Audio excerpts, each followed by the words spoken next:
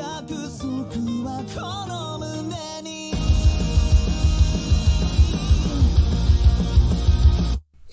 everyone, I'm going to react to My Hero Academia Season 4, Episode 7, Go. Last episode, there was a talk between Sir Night-Eye and a bunch of other heroes about what Overhaul is doing. Like, his quirk is to assemble and disassemble stuff, and apparently he's using his daughter, disassembling her and like using her body to make these needles that's taking away quirks. Now we don't know what the full plan of his is, of Overhaul's plan is, but yeah, now they're trying to find them and save Eddie and Le Million and Deco. Now they're even more pushed, like they pushed even more to want to save her, because they had her in their hands at one point and they let her go. So that's something that's a regret that they have. So they're gonna try to do everything to find her and save her again. Yeah, so that's basically what happened with this episode. So let's check out this one, and the reaction is gonna be the link to the reaction is in the description box and in the comment section, so please click on it, watch the reaction, and come back for my thoughts on this episode. And here we go.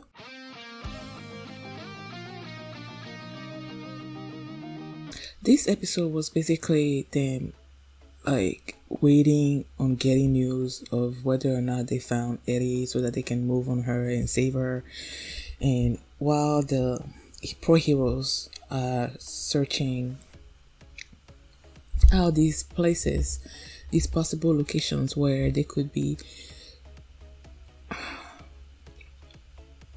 Midoriya and Mirio, like all the other work study students, are just like,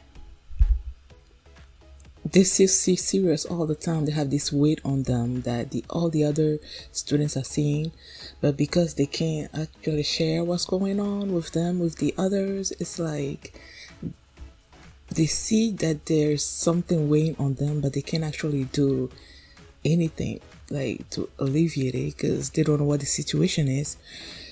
But even with that, you see Ida and Todoroki, they're just trying to cheer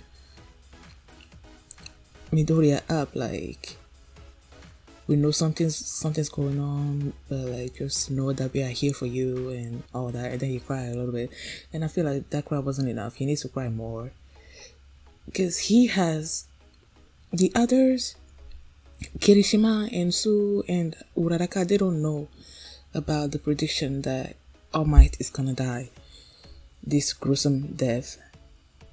They only know about the girl that's been kidnapped, but Deku, he knows about both of those things, so both of those things are weighing on him heavily. So I feel like he needs to have a good cry. But he's like, heroes don't cry. Like, he needs to have a really good cry. That little bit that he did with the others there, that was another thing. I feel like he needs to let all those emotions out and then face the others, face the villains, and save Eddie properly. I guess that little bit of crying was his way of doing that. But like, yeah, they finally received the location of where Eddie is, and the way they found it was that you had Sir Night-Eye in the store where the guy that's supposed to be looking after Eddie was. He's trying to buy toys for her to make her, I guess, more comfortable, so she doesn't have the notion of wanting to escape them again. And having the way he was talking made Sir Night-Eye believe that, okay, this guy knows where Eddie is, and then he used his quirk on him and figured out like where he was going, where the girl was located, and all that. That's when they assembled everybody. And I'm like, when they did that, and then they said like at the same time or something, they showed the Shia Hasakai, the guy telling Overhaul that they know where they are, that they are coming, and I'm like, yeah. This is so not gonna go like the way it went when the League of Villains kidnapped Bakugo. You know how they just sort of dropped on them without them knowing. In this particular case, the bad guys knew they were coming, so I'm like, okay, they're just gonna move Eddie someplace. And then when they told Overhaul this, he's like, okay, I need to do something. And he went and saw his father that was laying in a bed. I don't know what his father has, but clearly he's not well. And probably Overhaul's plan has something to do with him. Maybe because of his father that he's come up with this plan and doing all of this. And then when they're about to attack, there's this big giant. It probably said what his quirk was, but I didn't quite recall. Come out of it, punch things, and then Deku's zooming in, saving this police officer. And Dragon Lady, like, I was like, what's her quirk? And then yeah, she turned into sort of like a big giant dragon. So she's sort of like facing that big giant dude. And then the after credit, they said something about the 8 bullets of the Heisei group or something. And the way Dragon Lady, like Ryukyu, the way Ryukyu reacted to sort of like the power level of this big dude that came out, I'm like, oh, okay. Because I sort of forgot that there's like 2 different kinds of needles, I guess, bullets that they use. There's the one that takes away the quirk, and then there's the one that increases your quirk. So these 8 bullets of the Heisei group, excuse me, probably had the quirk enhanced. So they're gonna be, I feel like, super hard to defeat. And Overhaul is saying that while they are sort of like buying them time, they're gonna move Eddie to a place where they can never find her.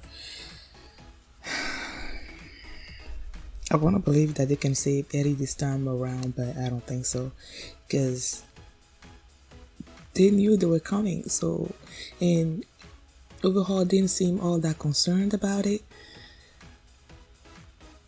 So I don't know. And then when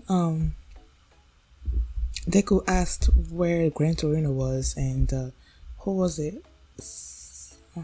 I don't know if it was Serena that told him that he wasn't coming because the League of Villains were also moving. So I don't know. They're probably at this moment they're thinking that the League of Villains are not sort of like associated with the, like, they know that the Shia Hasakai made contact with them, but they don't know that they're actually working together right now. So I feel like the League of Villains moving, like all that, having to divide the heroes sort of a little bit, is also part of the plan, to have them like divide and conquer. Have some of them like away with the League of Villains, and then the rest of them with the Shia Hasakai, so they're gonna be easier to defeat or something or other. I don't know, but that's what I'm thinking. I hope they save her, man. But I don't think they're gonna be able to do that this time around. But if they don't do that, and then they move her to someplace where they can find her again, then I guess this is the only possible time that they can save her. And I can't imagine them not saving her and her having to still being used by her father like that. Sucks. Yeah. So that's what happened in this episode. And hopefully they can save her, but I don't know. Thank you guys for watching, and if you like this reaction, please give it a thumbs up, please subscribe, and I will see you back on Tuesday for my reaction to episode 8 of My Hero Academia Season 4.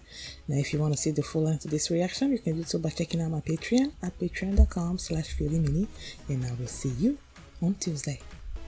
Bye.